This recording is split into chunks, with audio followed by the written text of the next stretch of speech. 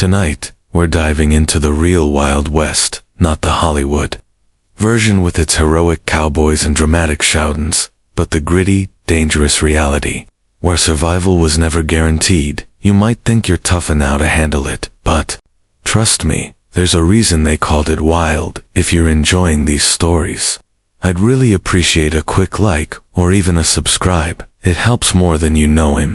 Always curious where you all are listening from, so drop a comment with your location and what time it is. They love seeing our little global community connect through these stories. Now dim the lights, maybe turn on a fan for that soft background hum, and let's ease into tonight's journey together.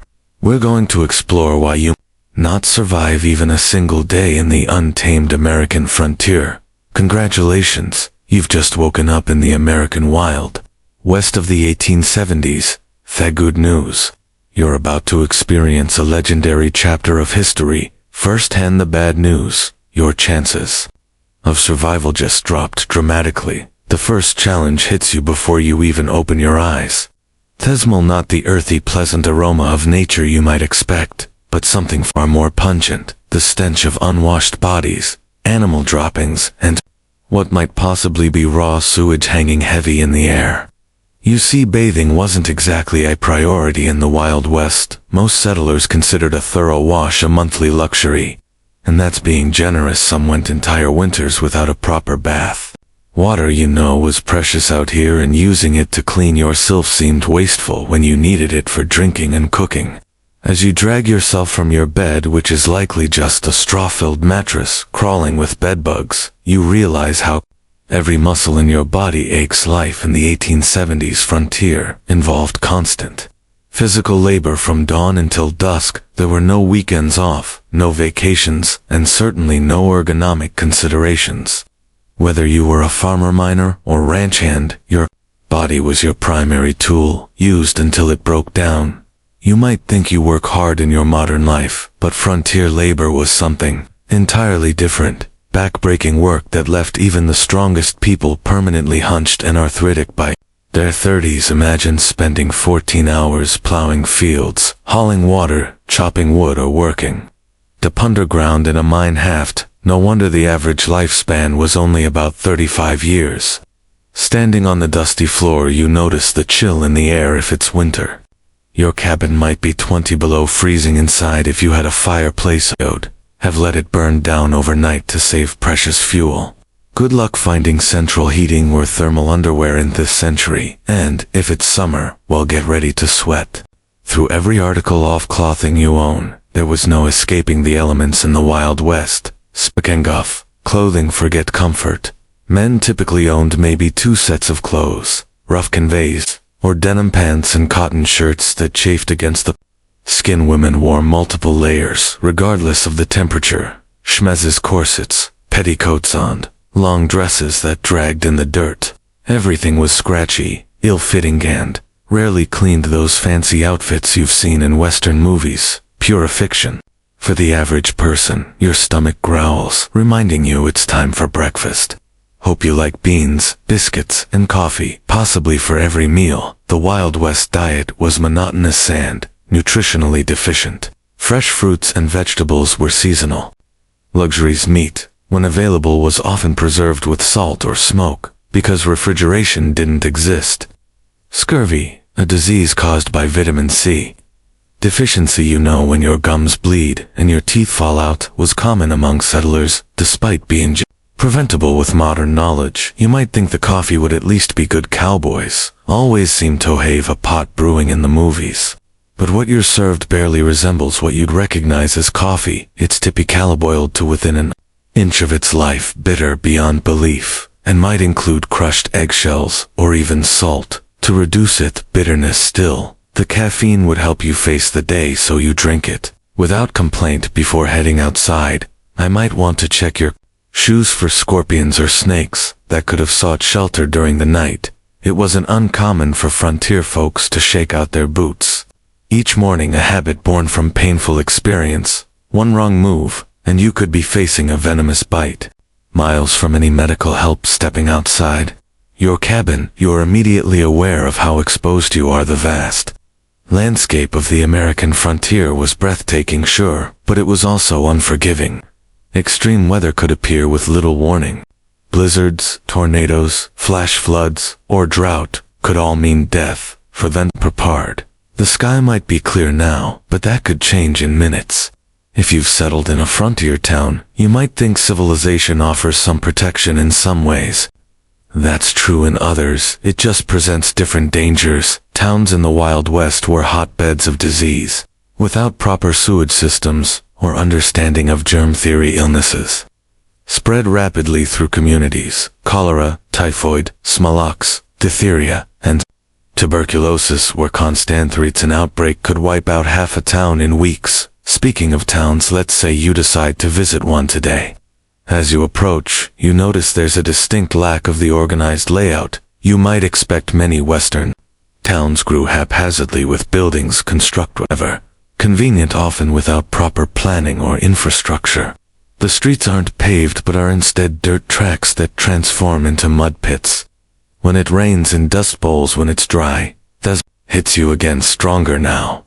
Horse manure is everywhere because horses are the main transportation. There are no street cleaners or sanitation departments. In some towns, the accumulated waste could be knee-deep in heavily trafficked areas. Flies swarm around you, and you realize why disease spreads so easily here. As you walk down the main street, you pass the saloon, likely one of the busiest establishments in town. Contrary to Hollywood depictions, saloons weren't glamorous places with swinging doors and piano players. Most were crude, one-room affairs with rough plank bars and basic furniture. The liquor served wasn't fine whiskey aged in oak barrels but raw alcohol, often mixed with tobacco juice, pepper, turpentine, or even gunpowder to give it extra kick. A single drink could blind you.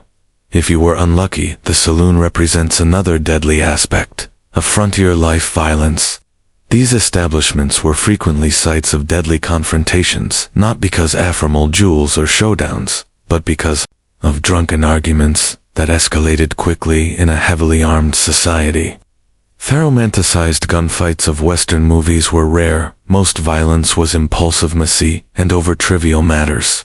Speaking of being armed, you'll notice almost everyone carries a weapon of some kind, but not for the reasons you might think. While personal protection was certainly a factor, weapons were primarily tools for hunting, protection from wildlife, and sometimes for signaling the constant threat from bears, wolves, cougars, and venomous snakes.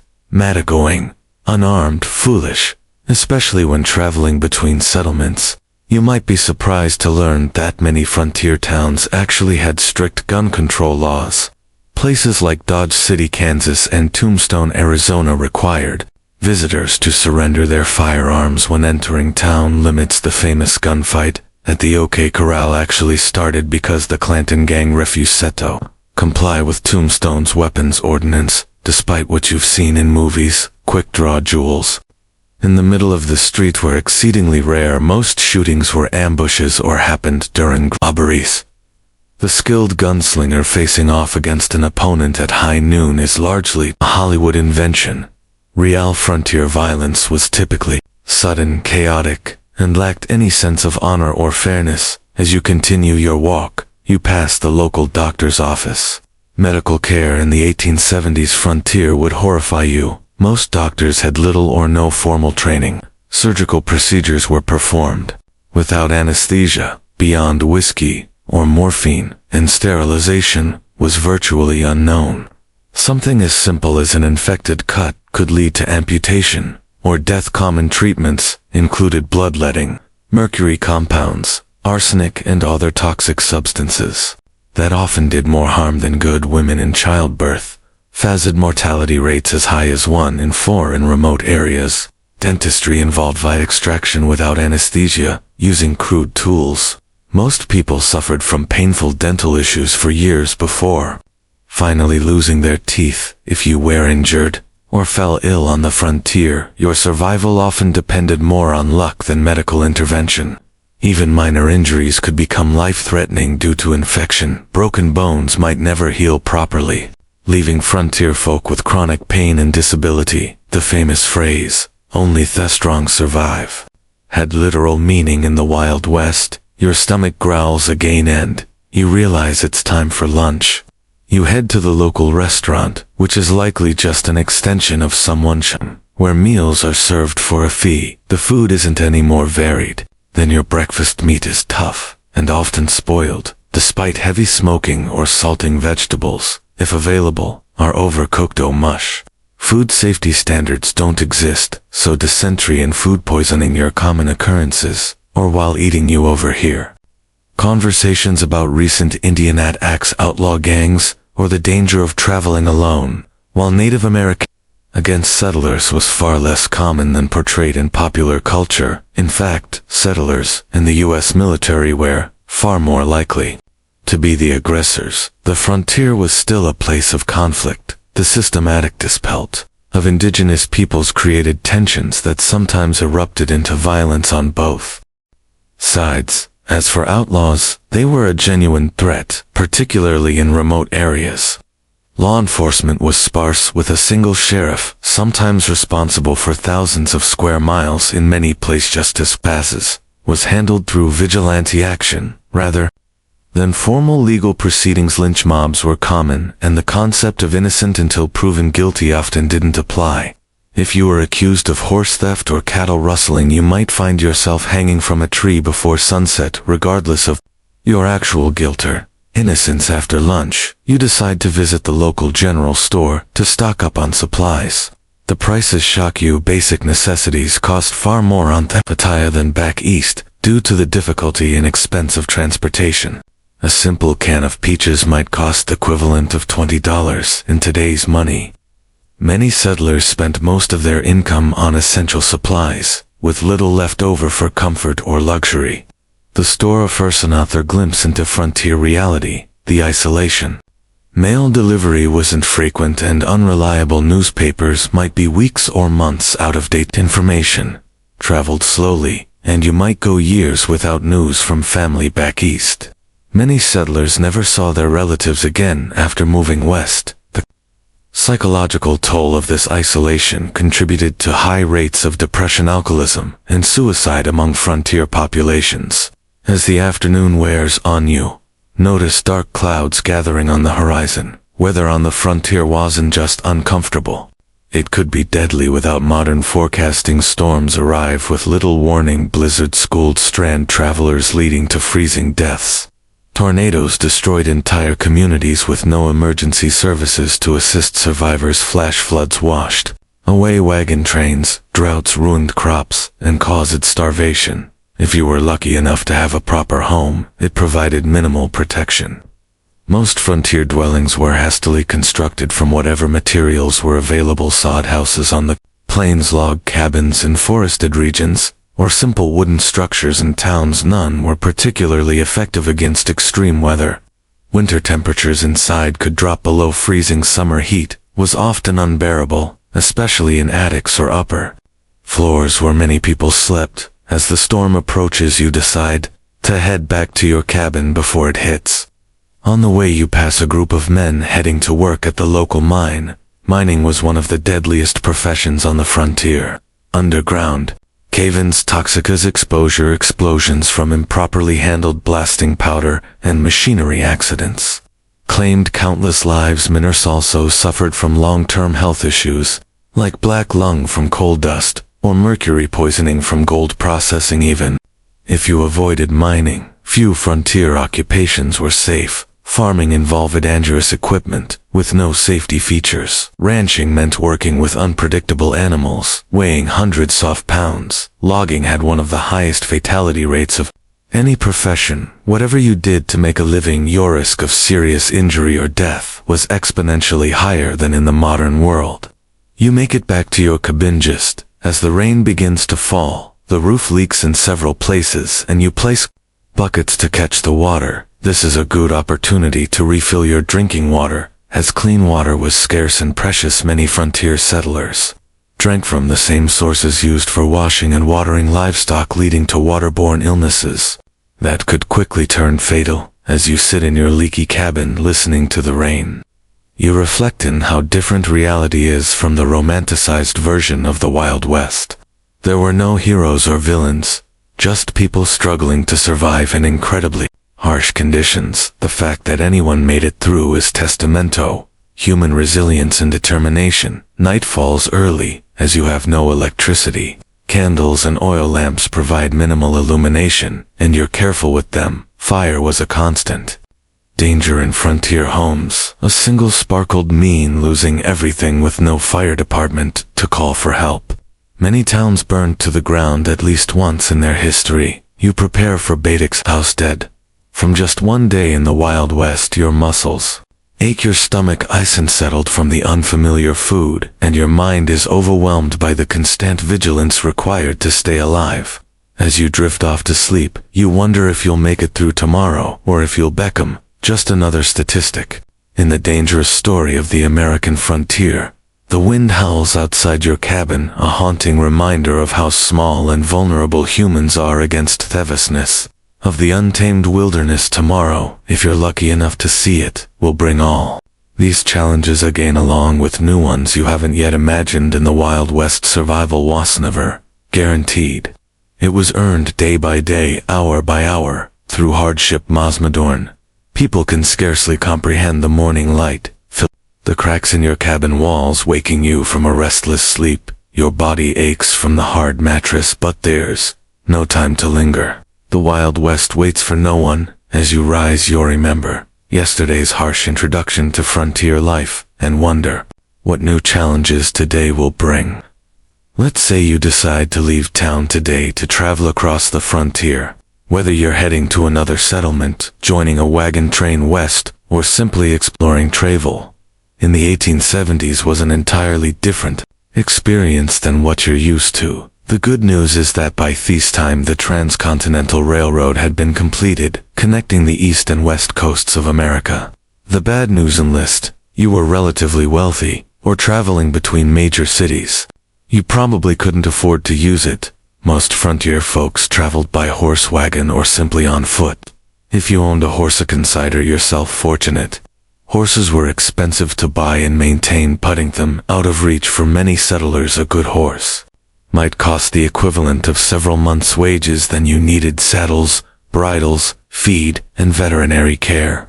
Though veterinary care often means suiting the animal if it broke a leg or developed certain illnesses. Riding itself was no place.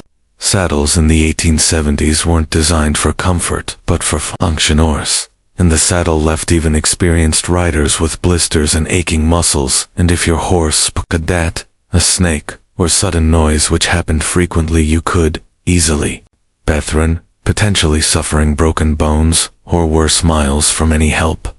If you couldn't afford a horse, you might travel by wagon. Forget the romantic image of pioneers cheerfully rolling across pristine prairies. Wagon travel was brutally uncomfortable. The vehicle showed no suspension system beyond a slight give in wooden wheels, meaning you felt every rock, rut, and hole in the trail. The constant jarring caused wagon sickness, similar to seasickness, leaving travelers nauseous and miserable. Roads, if they existed at all, were typically just dirt tracks carved by previous travelers. After rain, they became muddy quagmires, where wagons could sink axle deep during dry periods. The dust was so thick you could barely breathe, or see wagons frequently broke down with wheels cracking, or axles snapping miles from the nearest settlement. Let's say you've decided to journey all the way to California, Oregon. You've joined a wagon train heading west on the famous Oregon Trail. This 2,000-mile journey was one of the most perilous undertakings of the 19th century. Of the approximately 400,000 people who attempted it between the 1840s and 1860s, an estimated 1 in 10 didn't survive. The Oregon Trail was sometimes called the nation's longest graveyard. Some historians estimate that an average of 10-15 people died for every mile of the trail. Think about that, a grave every 350 feet or so for 2,000 The trail was lined with makeshift crosses and stone markers, many without names, as families were forced to bury loved ones and continue their journey. Disease was the #1 killer on the Oregon Trail. Cholera, a bacterial infection spread through contaminated water, was particularly devastating. This horrible illness, caused severe diarrhea and vomiting, draining the body of fluid so quickly that a person could healthy at breakfast and dead by dinner. There was no effective treatment available. Wagon trains would sometimes lose dozens of people in a single cholera outbreak. Other diseases like dysentery, typhoid, and mountain fever claimed countless lives.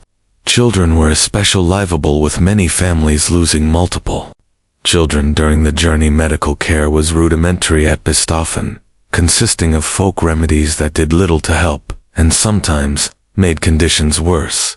Crossing rivers presented another deadly challenge. Wagons weren't designed to float, but pioneers had to cross numerous rivers on their journey west. Some had ferries or fords, but many required the wagon to be floated across.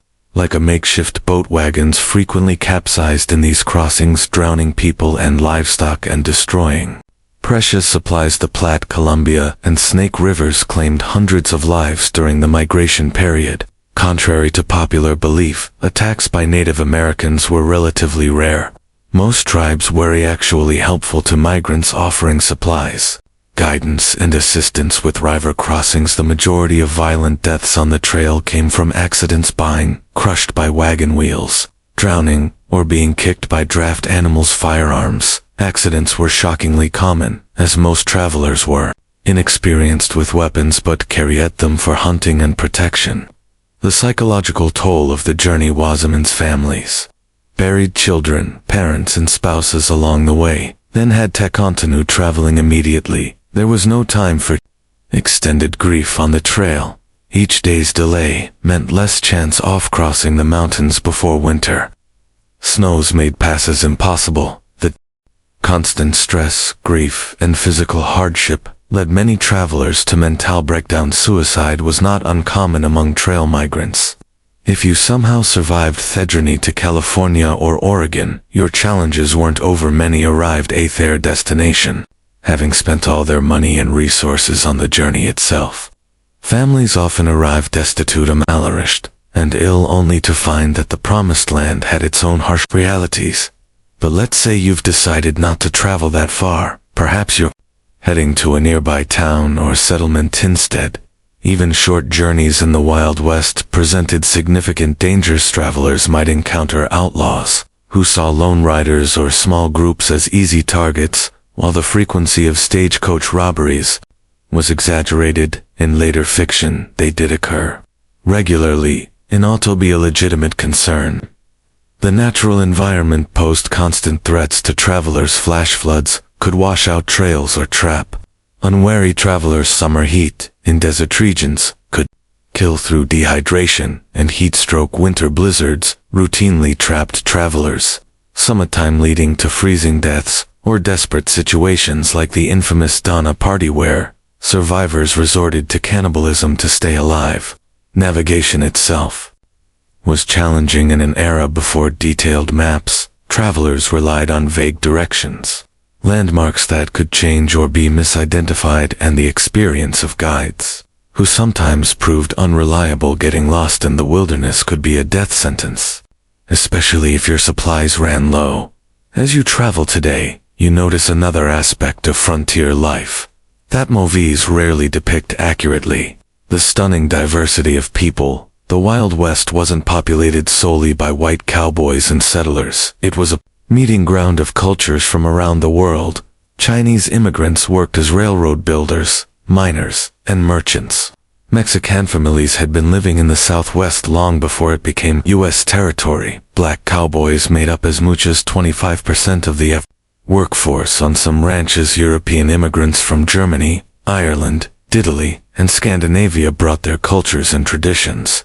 And of course, dozens of distinct Native American nations had called these lands home for thousands of years before others arrived. This diversity, however, didn't mean equality or harmony. Racial violence was a common feature of frontier life. Chinese railroad workers faced brutal discrimination and were often forced to take the most dangerous jobs for lower pay than white workers. Mexican landowners frequently saw their property seized through legal manipulation or outright theft. After the Mexican-American War, Black Americans who moved west hoping to escape Southern discrimination often found frontier racism just as entrenched if different in form, despite their crucial contributions to ranching, mining, and building frontier communities.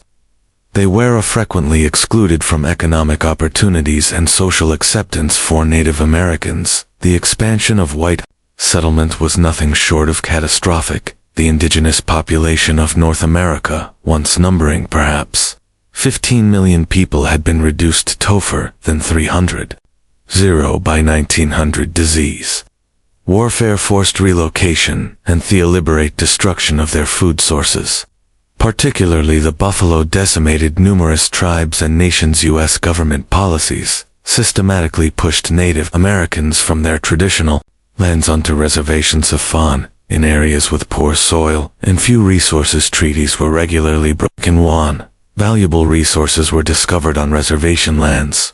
Native children were taken from their families and placed in boarding schools designed to erase their cultural identity, operating under the philosophy of kill the Indian, save the man. The romanticized cowboys versus Indians narratives of later films grossly misrepresented the complex interactions between settlers and indigenous peoples.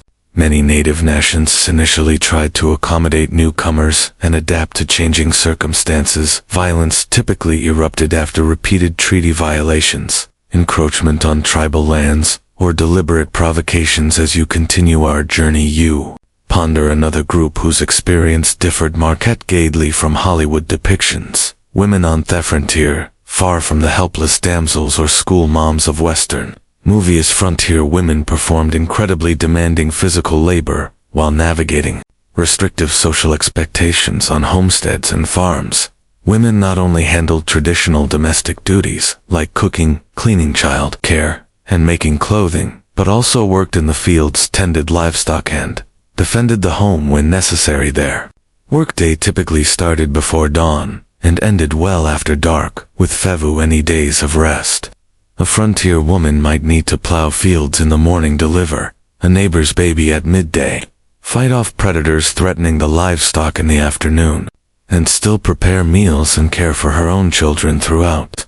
Many women became widows young due to the dangerous nature of frontier life, and had to manage farms or businesses alone while raising children. Despite their essential, women had few legal rights in most territories and states. They couldn't vote, own property independently if married, or have custody of their children in the event of divorce. Domestic violence was considered a private matter with little legal recourse available to victims. Foreign married women options were severely limited. Teaching was one of the few respectable professions, though. Femelatikers were paid significantly less than their male counterparts, and were often expected to resign upon marriage. Some women found economic independence through running boarding houses, working as nurses, or establishing millinery or dressmaking businesses.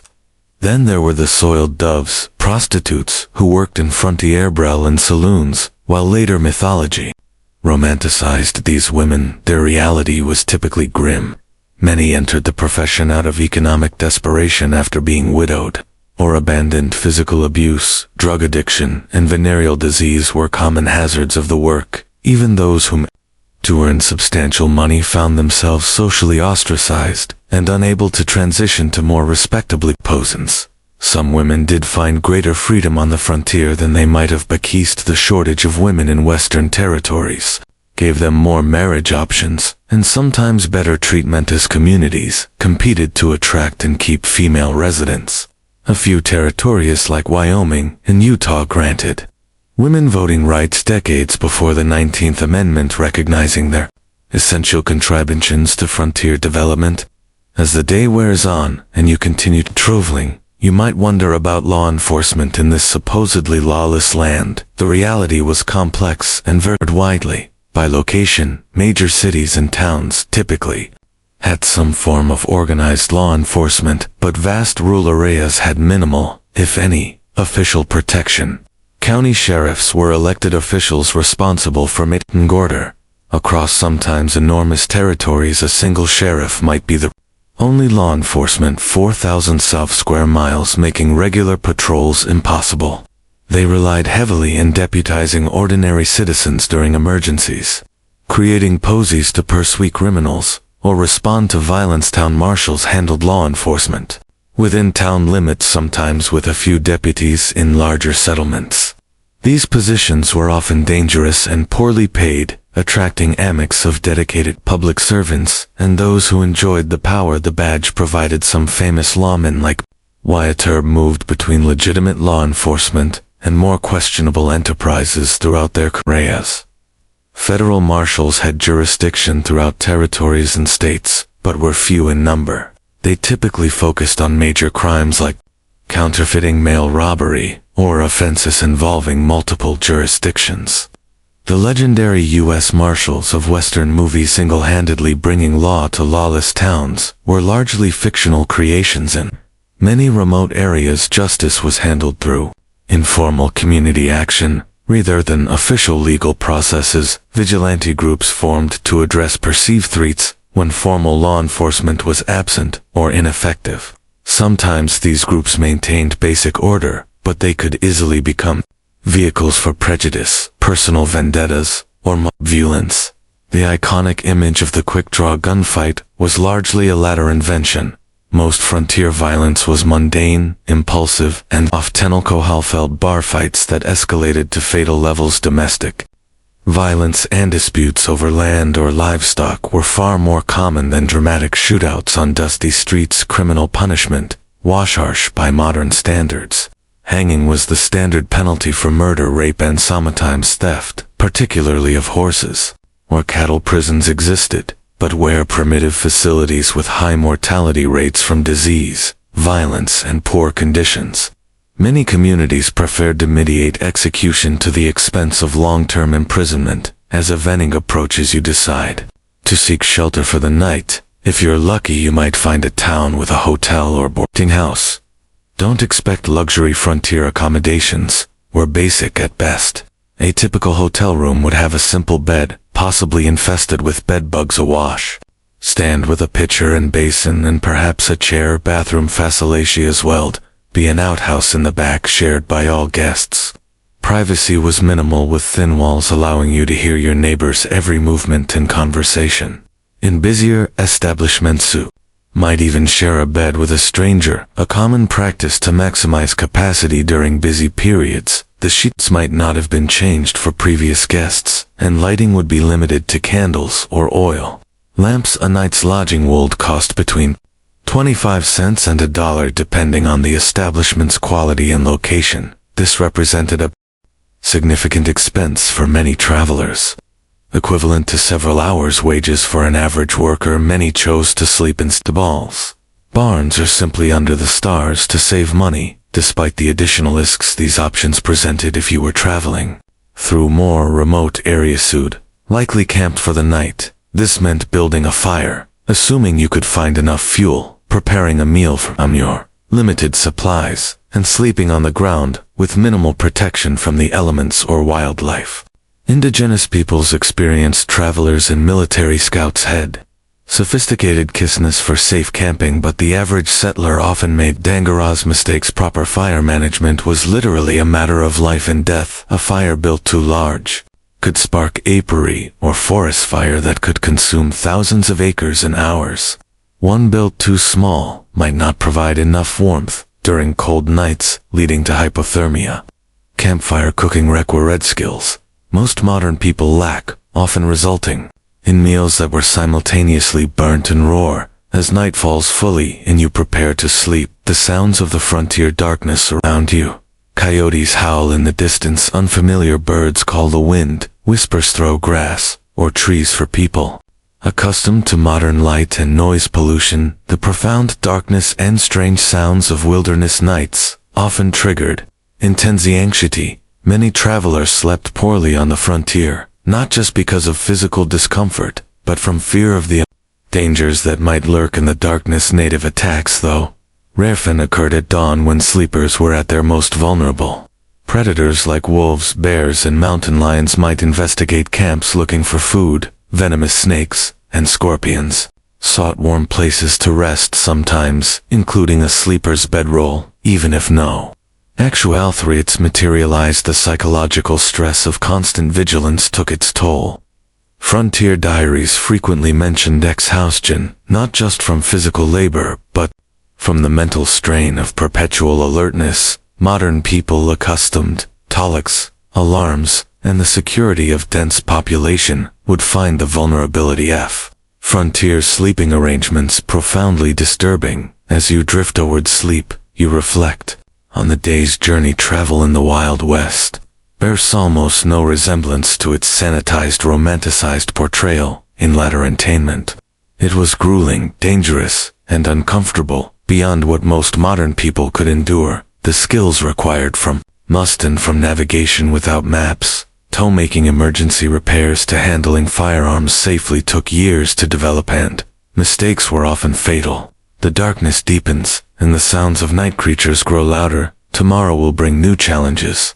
If you survive the night, perhaps you'll reach your destination, or perhaps you'll become just another unmarked grave along the trail. One more statistic in the perilous story of westward expansion.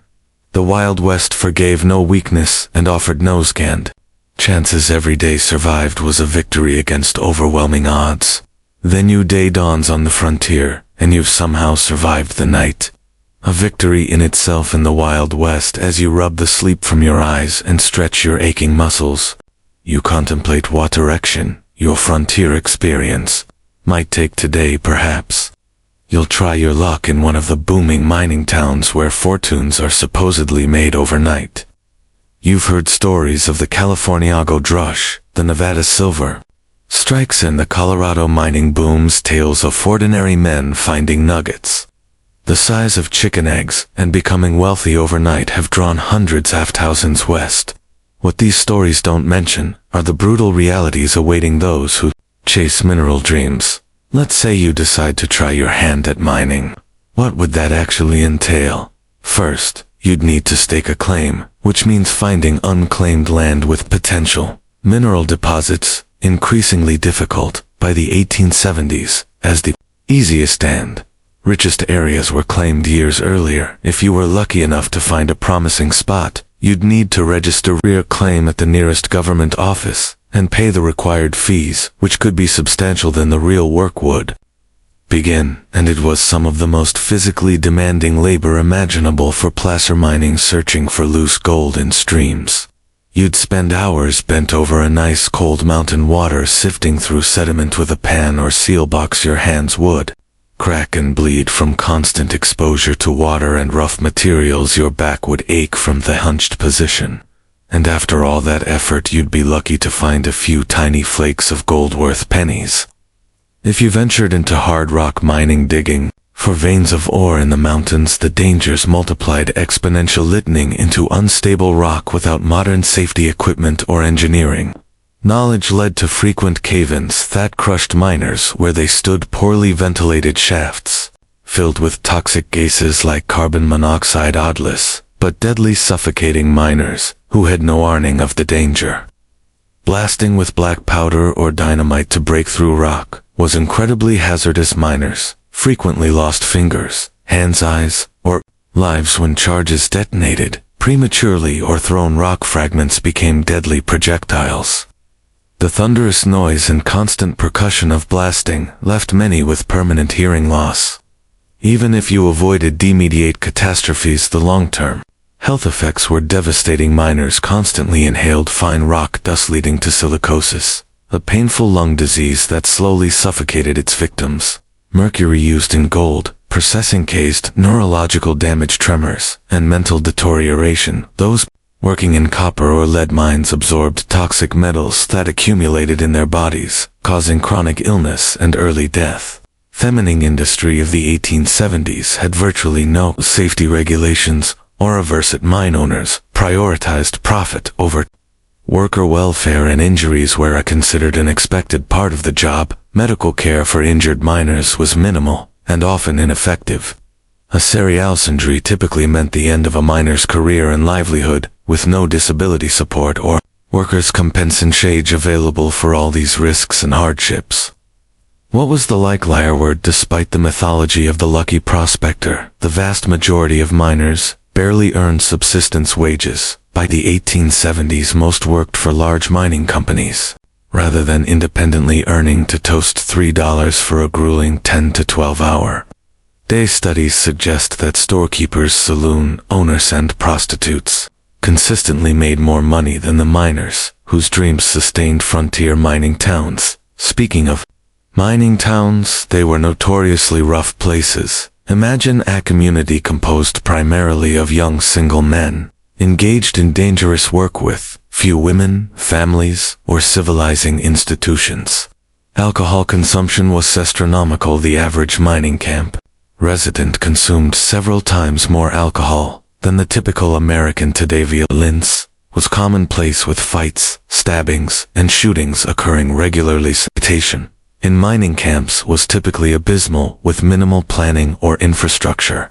Human waste and garbage accumulated in streets and waterways. Typhoid, cholera, and dysentery spread rapidly in these conditions. During warm months, the stench could be overwhelming, and swarms of flies spread disease from waste to food. If you managed to find valuable, or you faced the challenge of converting it to cash, banking in the Wild West was primitive and often predatory. Many mining towns had no banks at all, forcing miners to carry gold dust or making them targets for theft. Some saloons and general stores offered to buy gold, but frequently at rates far below actual value, taking advantage of miners' limited options. Where banks did exist, they operated with minimal regulation or oversight. Bank failures were common, often wiping out customers' life savings without warning or recluse. Many bankers were little more than confidence men who established storefronts, collected deposits, and disappeared overnight with all the funds. Without federally backed currency, paper money was issued by individual banks, and its value fluctuated wildly depending on the bank's reputation. Counterfeit bills circulated widely, and even experienced merchants could be fooled by well-made fakes. The safest form of money was gold or silver coin, but carrying it made one a target for robbery. Perhaps after considering the dangers and disappointments of mining, you decide to try your hand at ranching instead. The cattle industry was booming in the 1870s, with demand for beef in eastern cities creating opportunities on the frontier. Surely this would be a healthier, more profitable venture. Ranching did indeed avoid some of the worst health hazards of mining, but it introduced its own unique dangers and hardships.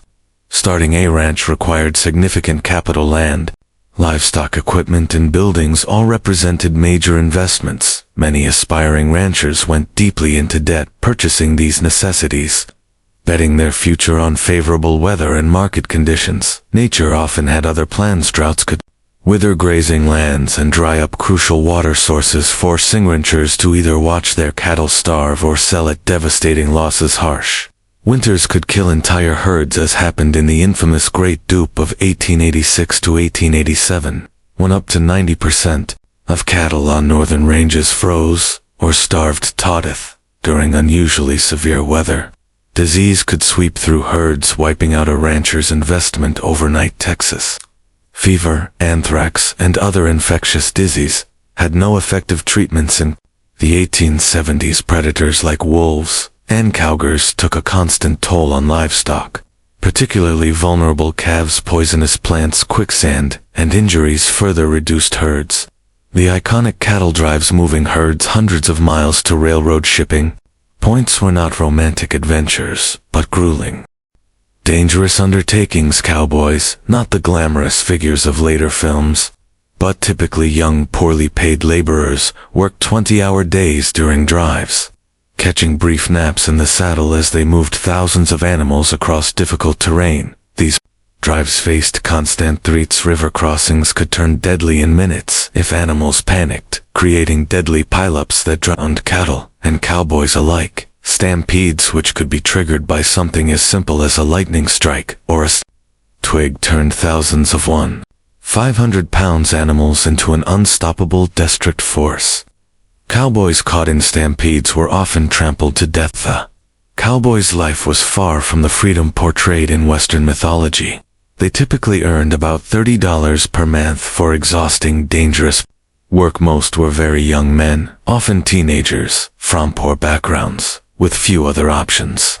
A significant percentage were black, Mexican, or mixed-race individuals facing discrimination that limited their opportunities. Elsewhere, their diet, on the trail, consisted mainly of beans, salt pork, and biscuits, with minimal fresh food. Medical care was limited. However, the trail cook might know about folk remedies. Injuries common in such dangerous work often went untreated until they became life-threatening. Many cowboys died young from injurious sex or violence. Perhaps ranching doesn't appeal after all. What about farming? Surely growing food, the most fundamental of human activities, would offer a more stable and less dangerous way of life on the frontier. The Homestead Act of 1862 had opened vast areas of the West to settlement, offering 160 acres free to anyone who would live on and improve the land for 5 years. This seemed like an incredible opportunity, a chance for people with little money to become landowners and build independent levados. The reality proved far more challenging than the promise. First, 160 acres might sound substantial, but in the arid regions that comprised much of the available land, it was often insufficient to support a family. Traditional Eastern farming methods failed in these environments, where rainfall was a fraction of what pioneers were accustomed to. Many settlers had no knowledge of dry farming techniques needed for success in these regions. Starting a frontier farm required physical labor. The first task was building shelter, typically a sod house on the treeless plains constructed by cutting and stacking dense prairie turf. These today were dark, damp dwellings that leaked when it rained, harbored insects and snakes, and crumbled without constant maintenance. Then came the back-breaking work of breaking the land for planting. Prairie sod, held together by dense grass roots that had developed over centuries, was extraordinarily difficult to plow. With the equipment available to most settlers, it could take a year or more just to prepare a few acres for planting. The work was so physically demanding that it permanently damaged many farmers' bodies. Once crops were planted, farmers faced threats from every direction. Drought could wither plants before harvest, torrential rains could wash away seedlings, or flood fields. Early frost could kill crops just before harvest. Grasshoppers descended in biblical swarms, consuming everything green in their path, and sometimes even eating the handles of tools left in fields. Disease affected frontier farmers as it did everyone else, but with particularly devastating consequences. With no hired help and little community support, a family's illness during crucial planting or harvesting periods could mean the difference between survival and starvation. Women often continued working fields while heavily pregnant or just days after giving birth, risking their health because the work simply couldn't wait. Farm accidents were common and often fatal. Homemade tools broke and caused injuries. Animals panicked and trampled their handlers. Even successful harvests could turn deadly. Numerous farmers died when they fell into grain storage bins and suffocated in the loose grain, or when poorly constructed storage buildings collapsed under the weight of their contents. The isolation of frontier farms took a heavy psychological toll. Neighbors might be miles away, visited me occasionally. Women, in particular, suffered from this isolation, some going months without speaking to anyone outside. Their immediate family depression, anxiety, and what was then called prairie madness affected many settlers, sometimes leading to abandonment of homesteads or suicide. Fortos, who persevered through these challenges and actually produced crops. Economic obstacles remained. Transportation to markets was difficult and expensive.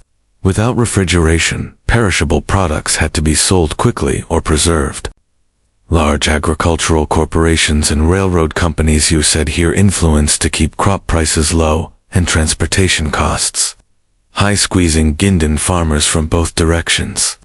By the 1870s, another option was emerging on the frontier: working for wages in the growing towns and industries. Perhaps this offered a safer, more stable path than the higher-risk ventures of mining, ranching, or farming. Wage labor did avoid some of the worst physical dangers and financial risks of independent enterprises, but introduced its own hardships. Industrial safety standards were virtually non-existent. Workers in frontier factories, mills, and workshops suffered horrific Injuries from unguarded machinery. Construction workers built increasingly tall structures with harnesses or safety equipment, leading to frequent fatal falls. Railroad work was particularly dangerous. Track layers worked with minimal equipment under brutal conditions, suffering high rates of injury and death from accidents, heat stroke, and exhaustion. Chinese workers, who built much of the transcontinental trail, were often assigned the most dangerous tasks, such as handling unstable explosives to blast through mountain passes. Working hours were long by modern standards, typically 10-12 hours per day, 6 days per week. Pay was low, with most workers barely earning subsistence wages. Child labor was common, with children as young as 8 or 9 working alongside adults in many industries, often suffering higher injury rates due to their size, and inexperienced workers had essentially no legal protections. Employers could fire people without cause, reduce wages arbitrarily, or withhold pay entirely.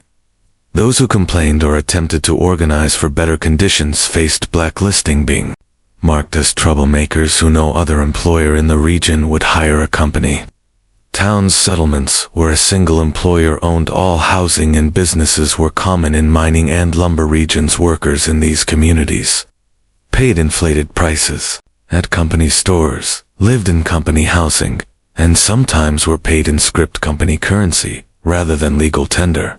This created a form of disadvantage, where workers could never save enough to escape the system, whether human ranched, farmed, or worked for wages. Frontier life shaped your experiences in ways modern people would find disorienting.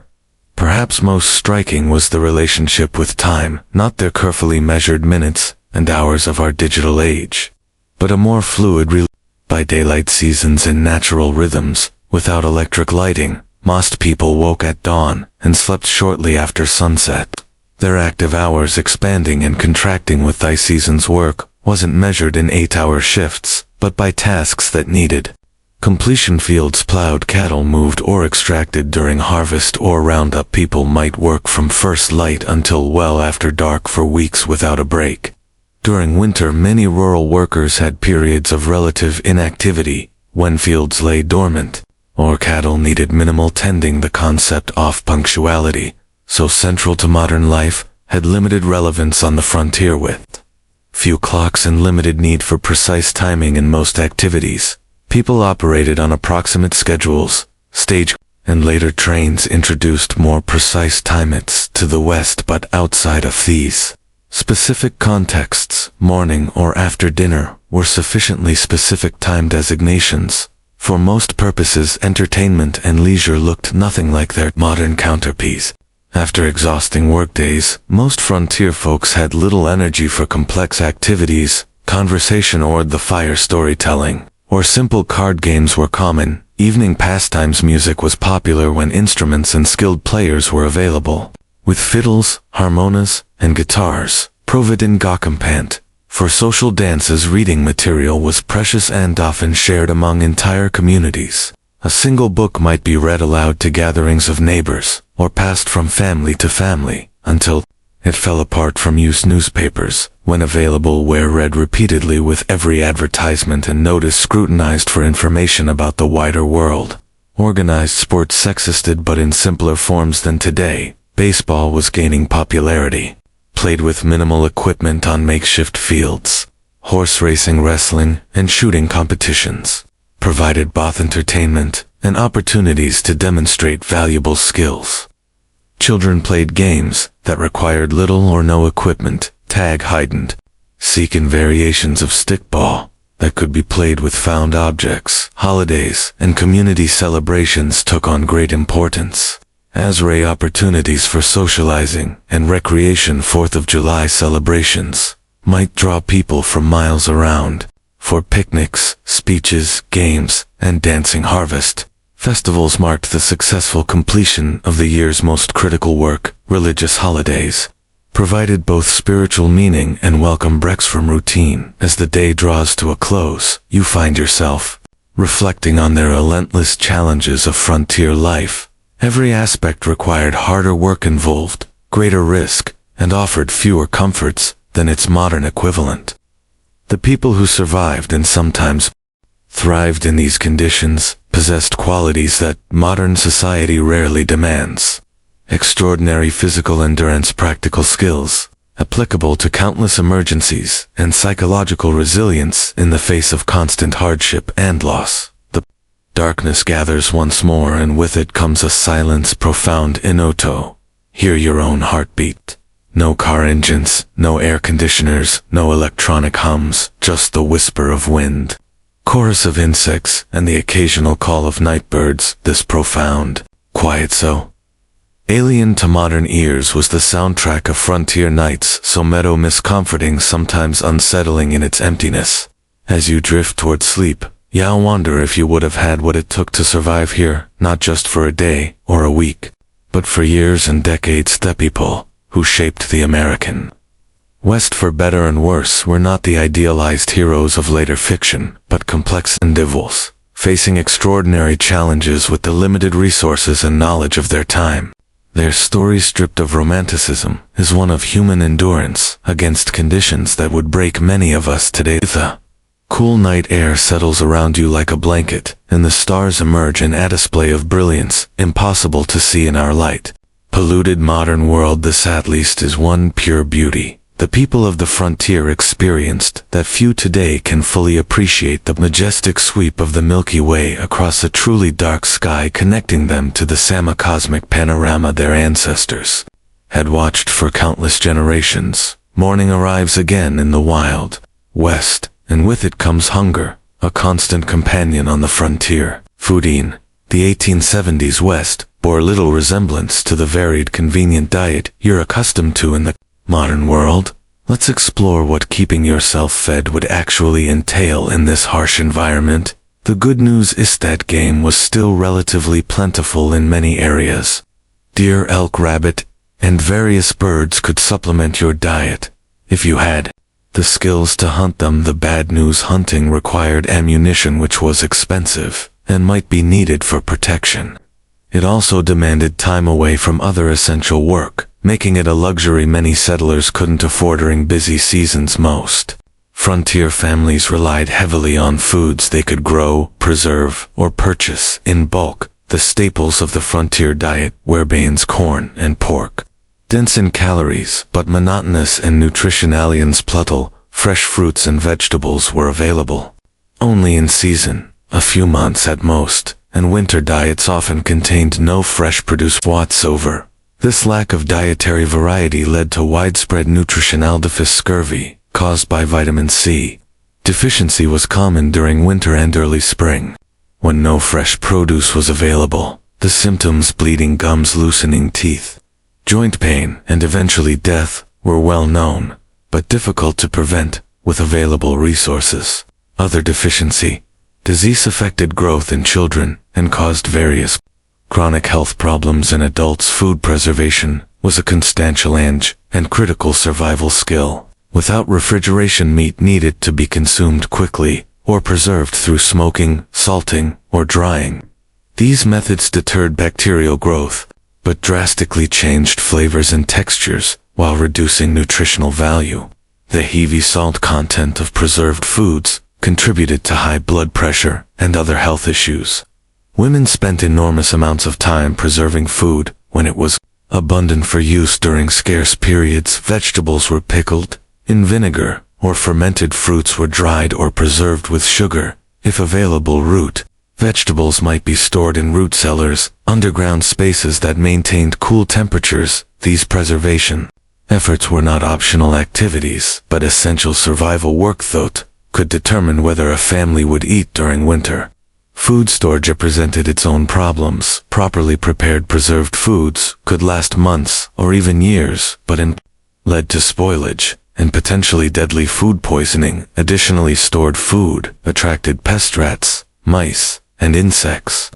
Consumed portions of most stored food supplies, and their droppings contaminated what remained. Most frontier families simply accepted a certain amount of insect parts and rodent droppings in their flour, bean sand, other staples, as unavoidable.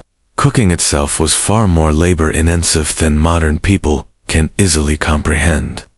Meals were prepared over open hearths or wood-burning stoves that required constant attention and fuel in wood-scarce prairie regions. Women and children might spend hours gathering buffalo chips, dried manure, or twisted grass to burn as cooking fuel. Water had to be hauled from wells or streams, often hundreds of pounds per day, for cooking, cleaning, and drinking. Even with these efforts, meals lacked the variety and flavor profiles modern people expect. Spices were expensive. Celeries used sparingly, if at all. Sugar and coffee were treasured items, often hoarded. For special occasions, fresh milk was available only if a family kept a cow, and for only part of the year when the cow was producing. Most frontier children grew up with simple repetitive diets that would horrify modern nutritionists. Interestingly, despite these limitations, obesity was rare on the frontier. The combination of limited food supplies, minimal sugar consumption, and constant physical labor kept most people lean. However, this leanness wasn't necessarily healthy. Many frontier from malnutrition, even when they had sufficient calories to sustain their work beyond basic survival needs, like food. Frontier life presented unique challenges for families raising children. If you had been born in the Wild West rather than just visiting it, your childhood would have been dramatically different from modern experiences. Childhood itself was conceived differently in the 19th century. Children as young as 6 or 7 were expected to contribute meaningful work to family survival, not as educational chores, but as essential economic contributions. Young children minded livestock, gathered eggs, picked vegetables, watched younger siblings, and helped with countless other tasks that freed adults for heavier work. By age 10 or 12, most frontier children worked alongside adults at nearly adult capacity. Boys followed fathers into fields, barns, or workshops, learning skills through direct participation rather than formal instruction. Girls worked with mothers, learning the complex skills necessary for frontier homemaking, not simple housekeeping, but production of essential goods like clothing, preserved food, candles, and soap. This early adulthood extended to other areas of life. Children were not sheltered from the harsh realities around them. They witnessed births, deaths, slaughtering of animals, and the sometimes violent conflicts of frontier communities. They were expected to understand and adapt to these realities rather than being protected from them. Education, as modern people understand, it was limited and inconsistent on the frontier. In established towns, schools might operate for a few months each year, typically during winter, when agricultural work was minimal. One teacher often barely educated themselves, be responsible for students ranging from 5 to 17 years old, all studying in a single room. Physical conditions in these schools were challenging. Buildings were poorly insulated, leading to freezing conditions in winter and stifling heat in warmer months. Supplies were minimal, perhaps a few shared textbooks, slates for writing that had to be constantly erased and reused, and minimal paper that wasted it as a precious resource. Corporal punishment was the standard disciplinary approach, with whipping or beatings administered for infractions as minor as whispering or failing to memorize assigned material. In more remote areas, formal schooling might not exist at all. Some families conducted home education using whatever books were available, but many frontier children received only the most basic literacy and calculation skills, if that. Their education focused instead on practical knowledge. How to predict weather, track animals, prepare soil for planting, treat common injuries, and perform the countless other tasks essential for survival. Child mortality remained devastatingly high throughout the frontier period. Approximately 1 in 4 children died before reaching adulthood, with the highest risk in the first 5 years of life. Diseases that modern medicine easily prevents or treats: measles, diphtheria, scarlet fever, whooping cough routinely killed or permanently disabled young children. Accidents claimed many more, as child safety was a foreign concept in an era where risk-taking. The psychological impact of this mortality on both children and parents is difficult for modern people to comprehend. Most children grew up watching siblings die. Parents expected to lose children, and often gave the same name to a subsequent child if an older sibling died young, a practice that seems strange today. but reflected the different relationship with mortality in an era when death was an everyday presence. Perhaps nothing illustrates the gulf between frontier and modern life clearly than approaches to health and medicine. If you became ill or injured in the 1870s, your experience would bear almost no semblance to modern healthcare. The first difference would be the absence of professional medical care in most. Doctors were scarce with many communities, having none at all. Those who did practice on the frontier often had minimal training, perhaps a brief apprenticeship, or a few months at a medical college. Their knowledge reflected medical science of the era, which still relied heavily on theories like humoral balance, that had more in common with medieval medicine than modern practice. Without access to professional care, most health issues were addressed through home remedies and folk medicine. Every community had people, usually women, known for their healing skills, drawing on traditions brought from various cultures. Some of these treatments, particularly herbal remedies, had genuine medicinal properties, but many were ineffective or actively harmful. Common medical treatments of the era included bloodletting, which weakened already ill patients' paratives that caused severe diarrhea, supposedly to expel bad humors, and pecuses of various substances applied to wounds, some of which introduced infection rather than preventing it. Laudanum, a tincture of opium, was widely used for pain leading to addiction in many cases.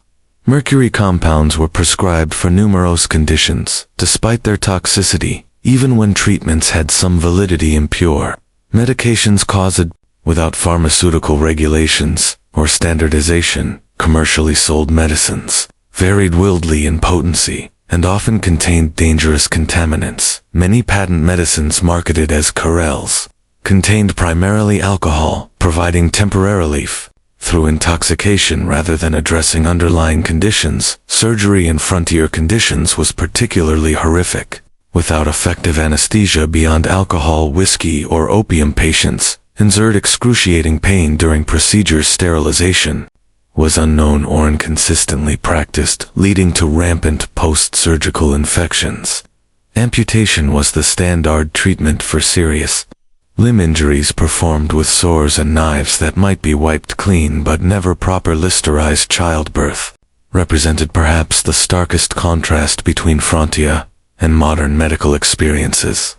Women typically gave birth at home, attended by a midwife, if one was available, or female relatives if not. Without prenatal care, many identified until labor was underway. Breech, births, hemorrhage, and other emergencies that modern medicine handles routinely often resulted in the death of mother, child, or both.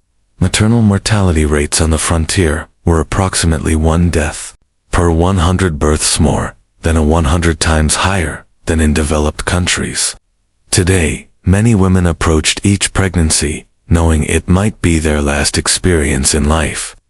Men's diaries and letters from the period frequently mention their heartbreaking reality of raising children alone after losing wives in childbirth. The combined impact of inadequate nutrition, constant physical strain, minimal preventive care, and primitive patriot options meant that frontier populations experienced health outcomes similar to developing nations today than to modern America. Life expectancy at birth was under 40 years, with those surviving childhood likely to suffer chronic health problems by their 50s if they lived that long. Beyond these material hardships, frontier life imposed a form of isolation and disconnection that modern people accustomed to instant global communication would find almost unbearable. This isolation shaped frontier psychology and culture in profound ways. Communication with distant family or friends occurred at the speed of physical transportation. Letters took weeks or months to reach recipients, if they arrived at all.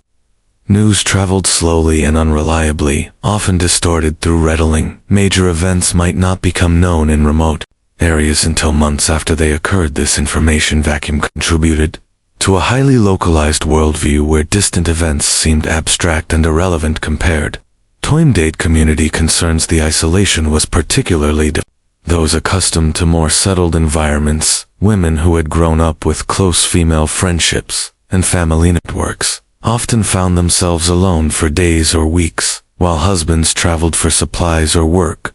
Verdiaries frequently mention crippling loneliness, and the psychological strain of having no adult conversation. For extended periods, this isolation sometimes led to what contemporary accounts called preeminence, severe depression, anxiety, and occasionally psychosis triggered by the combination of isolation, constant work, and environmental hardships. Some affected individuals became violent toward family members or committed suicide. Others simply abandoned their homesteads and returned east, unable to endure the psychological pressure of frontier life. Even in established communities, social connections were limited by practical constraints. Visiting neighbors might require traveling several miles each way, a significant undertaking when time was precious and transportation limited. Talking or horseback formal social gatherings were infrequent, typically centered around church services, seasonal celebrations, or community work events like barn raisings or harvest festivals. Churches played a crucial role in frontier communities beyond their spiritual function. They served as social hubs, educational centers, and mutual aid societies. Even those with limited religious conviction often participated in church activities for the community connection they provided. Religious leaders, ministers, priests, or lay preachers frequently took on roles far beyond religious guidance, serving as teachers, dispute mediators, and community organizers. The establishment of community institutions marked important milestones in frontier development. Building a school, church, or meeting hall represented a commitment to permanent settlement rather than temporary exploitation. These institutions helped transform mining camps or trading posts into towns with collective identity, shared futures. The creation of local governments, rudimentary as they often were, similarly marked transitions from frontier chaos to established community. Frontier communities also developed distinctive forms of mutual aid and collective action necessary for survival in harsh conditions. Barn raisings and house raisings allowed families to complete large construction projects impossible for individual households.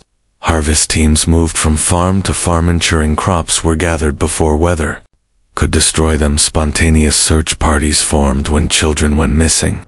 These cooperative traditions reflected the practical reality that no individual or family could survive the frontier entirely through self-reliance. This community interdependence existed alongside the individualism that later became mythologized in frontier narratives. Both elements were necessary responses to frontier conditions. Self-reliance for daily survival, community cooperation for challenges beyond individual capacity. The tension between these values shaped frontier culture and continues to influence American attitudes toward government, community, and individual responsibility. As another day in the wild West draws to a close, you find yourself contemplating the mental and emotional resilience required to endure such conditions. Year after year, the people who populated the American frontier weren't superhuman. They suffered, struggled, and sometimes broke under the relentless pressure of their environment. But many adapted and persevered, developing skills and perspectives that allowed them to find meaning and even joy amid hardship. The darkness settles around you once more, bringing with it the profound silence of the pre-industrial night. The day's experiences have given you a glimpse into a world both familiar and utterly alien, a world where survival required constant vigilance, where comfort was rare and luxury almost non-existent, where death was an everyday companion rather than a distant stranger. As sleep approaches, you wonder about the people who chose this life, or had it thrust upon them by circumstance. What drove them west? What sustained them through blizzards, droughts, illness, and loss? What world they think of the world, their struggles, helped create a world of abundance and security, beyond anything they could have imagined, built on foundations they laid through exhausting labor and countless sacrifices. The questions follow you into dreams filled with endless prairies, mountains, and the faces of those who tamed the Wild West, not through romantic gunfights, but through quiet heroism of daily persistence against overwhelming odds. Their story, stripped of Hollywood glamour and frontier mythology, stands as a testament 2. Human adaptability and the extraordinary courage of ordinary people facing extraordinary challenges. Dawn breaks on what will be your final day in the Wild West as the golden light spills across the landscape. You take a moment to appreciate the raw beauty that drew so many westward despite the dangers and hardships. The frontier was a place of stunning natural grandeur. Vast prairies rippling like the ocean's mountains scraping the sky, canyons plunging into the earth's depths. This beauty, at least, wasn't a Hollywood invention, but even this relationship with the natural world differed profoundly from modern environmental perspectives. The frontier mentality viewed nature primarily as a resource to be conquered and exploited, rather than preserved or protected. Timber was cut without consideration for regeneration. Game was hunted to the edge of extinction in many regions. Streams were diverted, polluted, or destroyed, for mining operations with no thought for downstream consequences.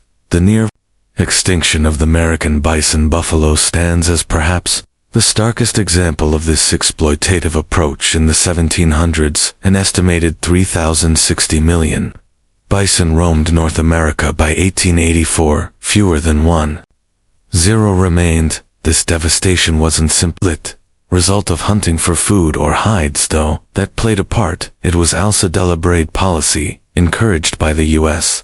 government as a way to deprive Plains Indian tribes of their primary resource, forcing them onto reservations. General Philip Sheridan, a key military leader in the Plains Indian Wars, reportedly stated, "Let them kill, skin, and sell until the buffalo is exterminated.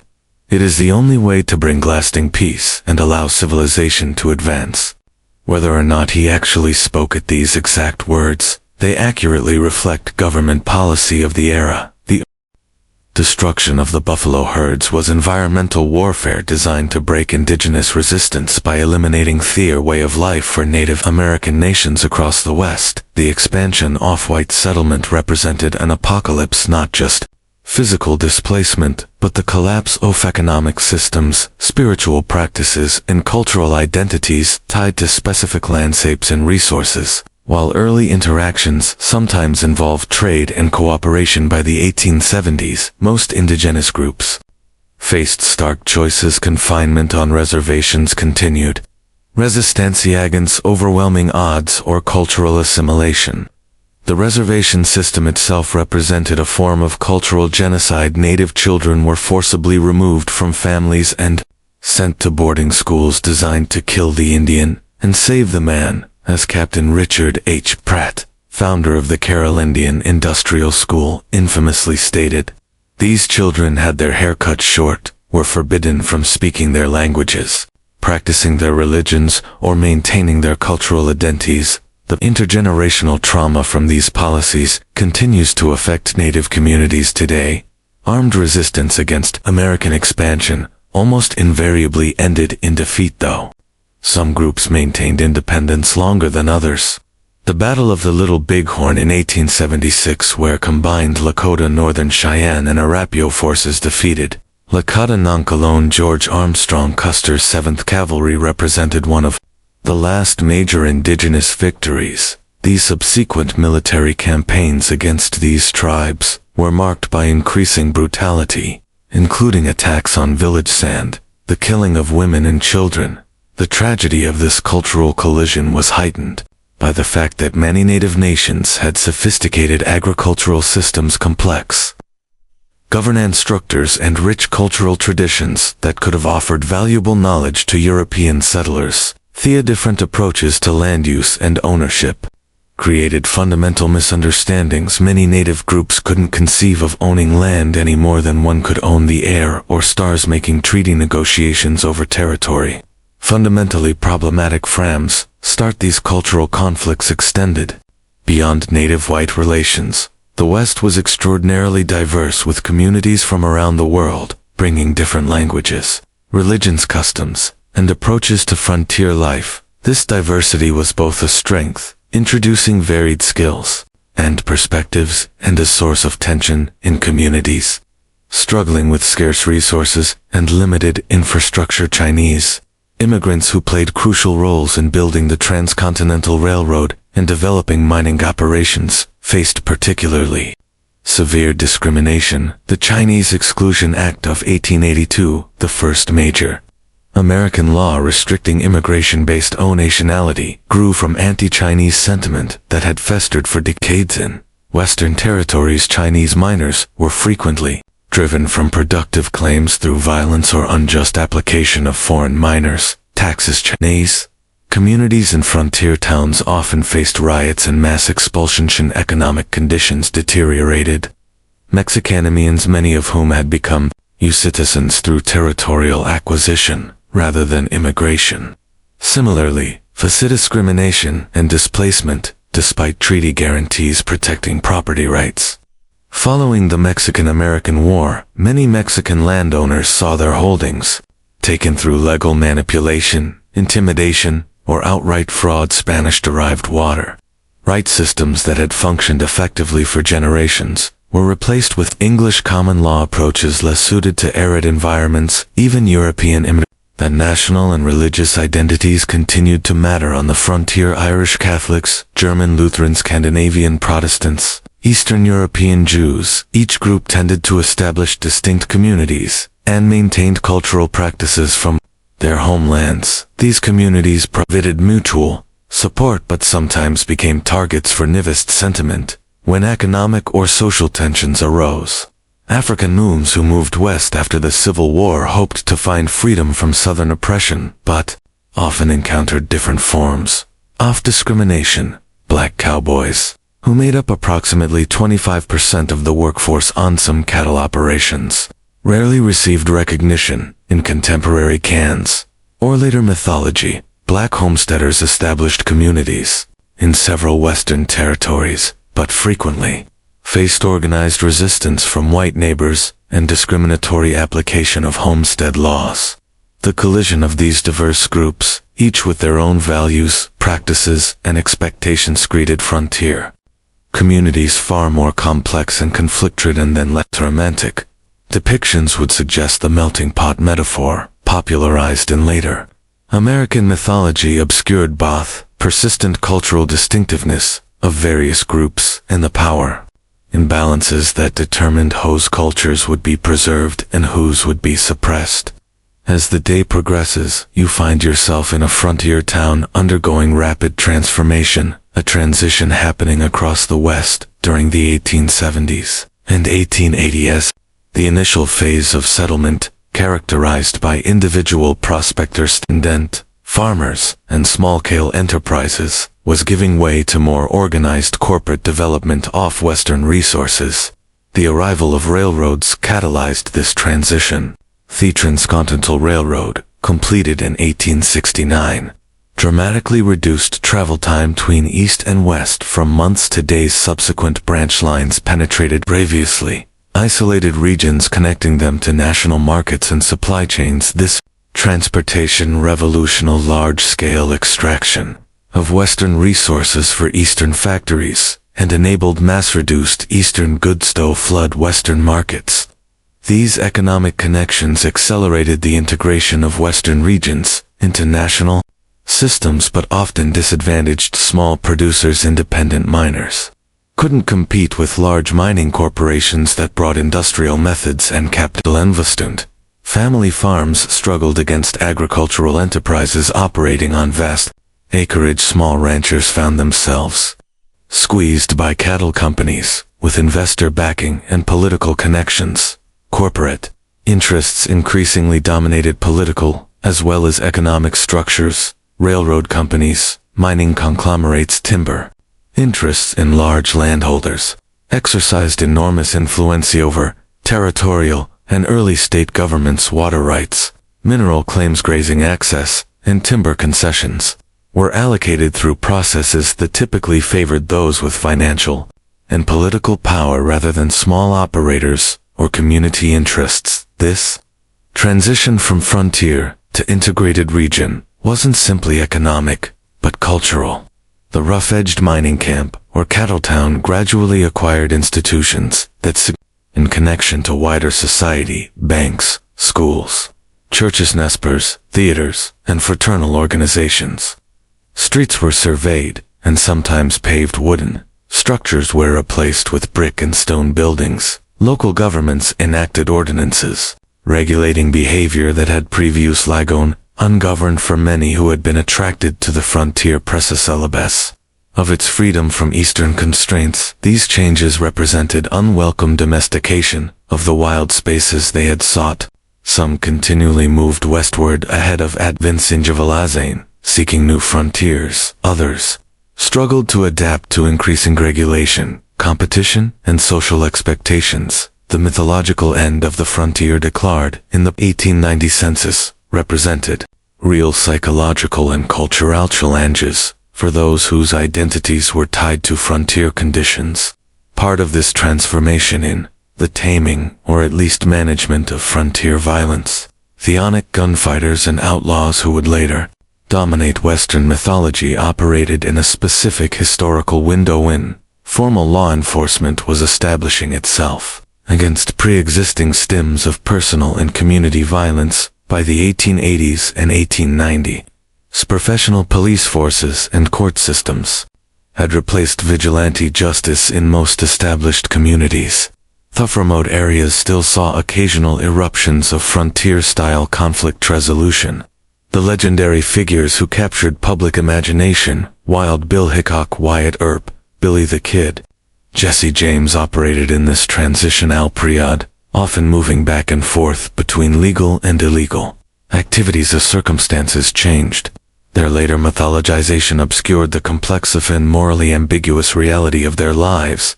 Hickok, far from the perfect marksman of legend, shot bystanders in at least 2 gunfights.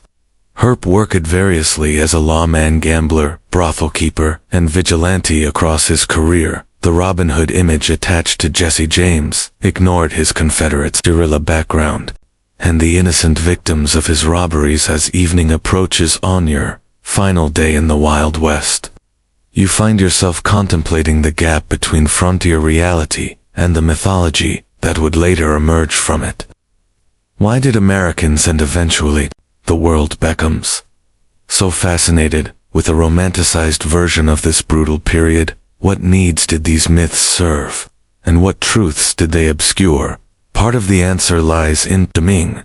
The most intense period of frontier mythology making occurred precisely as the actual frontier was disappearing. The Wild West shows of Buffalo Bill Cody began in the 1880s, featuring staged reenactments of Indian battles and stagecoach robberies for Western audiences, even as railroads, telegraph lines, and formal governance were integrating Western regions into mainstream American society.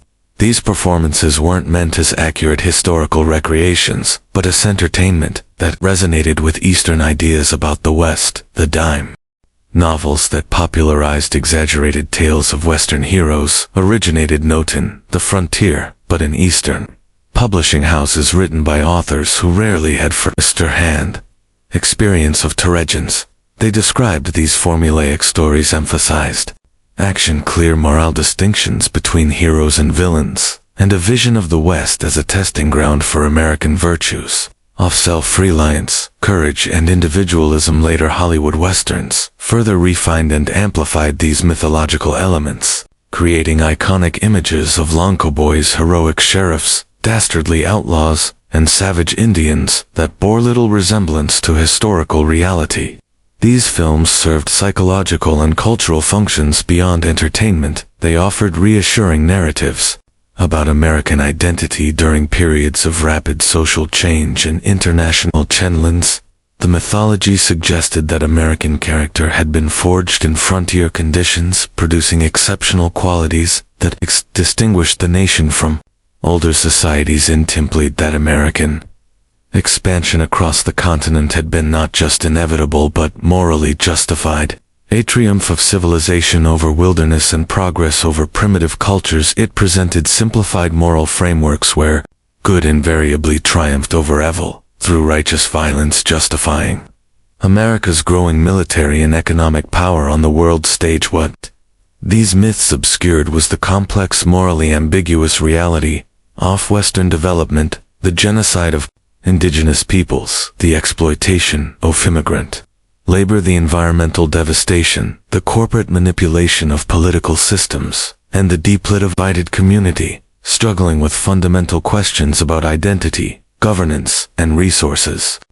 The real Westerford knows simple moral lessons, but rather a case study in how human societies adapt to challenging conditions, sometimes showing remarkable cooperation and creativity, sometimes descending into exploitation and brutality. As darkness falls once more, you reflect on your brief journey through the unromanticized Wild West.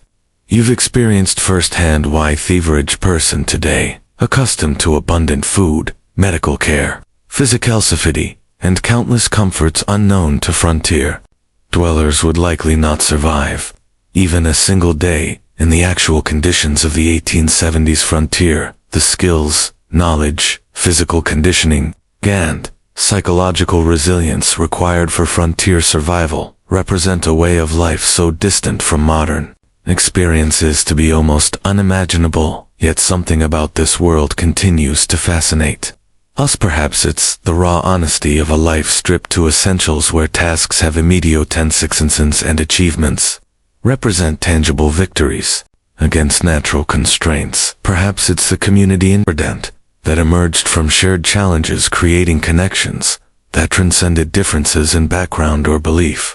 Perhaps it's simply the reminder that human beings can endure and even find meaning in conditions far harsher than most of us will ever face. The legacy of the American frontier extends beyond mythology into the actual structures and systems that shape modern American life: property laws, water rights frameworks, federal-state relationships, approaches to natural resources, and countless other aspects of American governance emerged from frontier-era compromises and conflicts. The diversity of Western communities, despite efforts at forced assimilation, contributed to the multicultural reality of modern America. Even the continuing tensions between individual rights and collective welfare, local control and national standards, exploitation and conservation have roots in frontier-era debates for indigenous peoples. The frontier era represents not a glorious chapter in national expansion, but the devastation of ancient lifeways and the beginning of a long struggle for cultural sovereignty that continues today. Their perspective reminds us that the simple triumphalist narrative of Western settlement ignores the complex civilizations that already existed and the incalculable knowledge lost throughout their disruption. The most accurate understanding of the frontier requires holding multiple perspectives, simultaneously acknowledging both the courage of those who built new communities in challenging conditions and the devastation experienced by those displaced by this expansion. As you drift towards sleep on your final night in the Wild West, the sounds of this earlier America surround you: the whisper of wind through prairie grass, the distant howl of coyotes, perhaps the faint piano notes from a saloon down the street.